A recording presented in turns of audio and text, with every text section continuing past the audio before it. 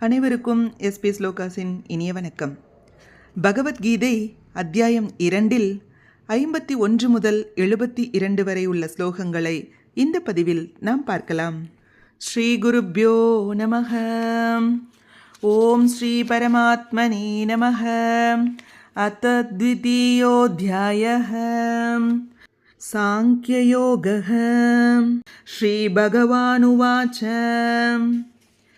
कर्मजं बुद्धियुक्ता हि फलं त्यक्त्वा मनीषिणः जन्मबन्धविनिर्मुक्ताः पदं गच्छन्त्यनामयम्.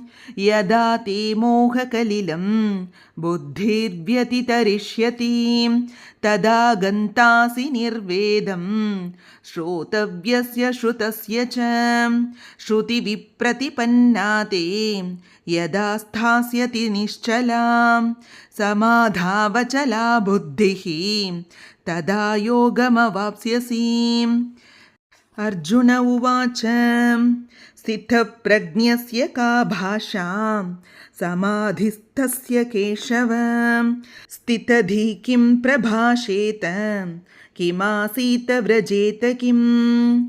श्रीभगवानुवाच प्रजहाति यदा कामान् सर्वान् पार्थमनोगतान् आत्मन्येवात्मना तुष्टः स्थितप्रज्ञस्तदोच्यते.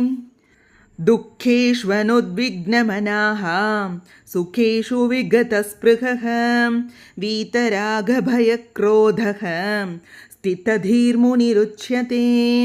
यः सर्वत्रानपि स्नेहः तत्तत्प्राप्य शुभाशुभं नाभिनन्दति न द्वेष्टि तस्य प्रज्ञा प्रतिष्ठिता.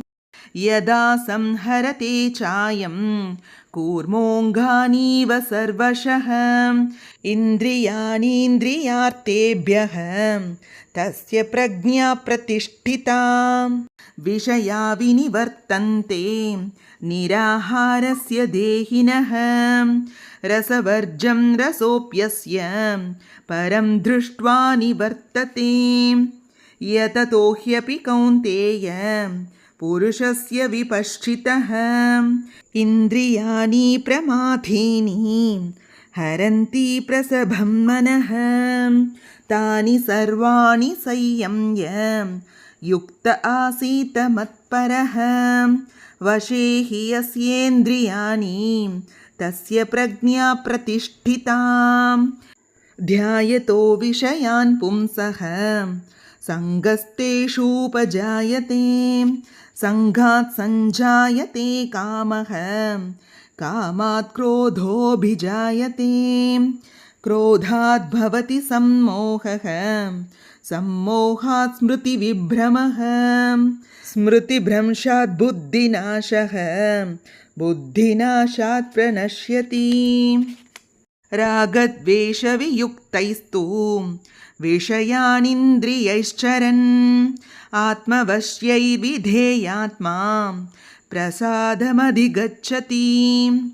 प्रसादे सर्वदुःखानां हानिरस्योपजायते. प्रसन्नचेतसो ह्याशुः बुद्धिः पर्यवतिष्ठते. नास्ति बुद्धिरयुक्तस्य न चायुक्तस्य भावना न चाभावयतः शान्तिः अशान्तस्य कुतः सुखम्. इन्द्रियाणाखिचरतां यन्मनोनुविधीयते तदस्य हरति प्रज्ञां वायुर्नावमिवाम्भसि.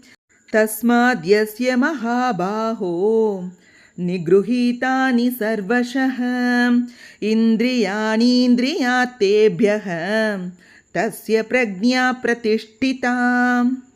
या निशा सर्वभूतानां तस्यां जागर्ति संयमी. यस्यां जाग्रति भूतानि सा निशा पश्यतो मुनेः.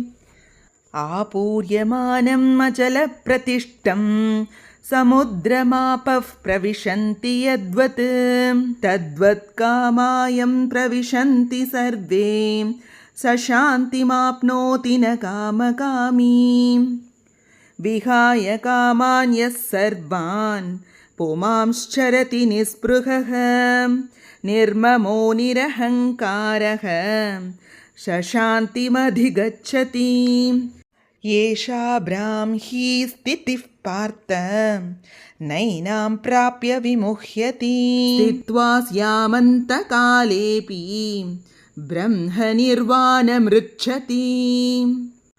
ॐ तत्सत् इति श्रीमद्भगवद्गीतासु उपनिषत्सु ब्रह्मविद्यायां योगशास्त्रे श्रीकृष्णार्जुनसंवादे सांख्ययोगो नाम द्वितीयोऽध्यायः. ஸ்ரீகிருஷ்ணார்ப்பணமஸ்து. பகவத்கீதையின் 2வது அத்தியாயம் நிறைவு பெற்றது. இது போன்ற ஸ்லோகங்களுக்கும் ஆன்மீக விஷயங்களுக்கும் மறக்காம நம்ம சேனலை சப்ஸ்கிரைப் பண்ணிக்கோங்க. நல்லதே நடக்கட்டும், நன்மையை பிறக்கட்டும். நன்றி, வணக்கம்.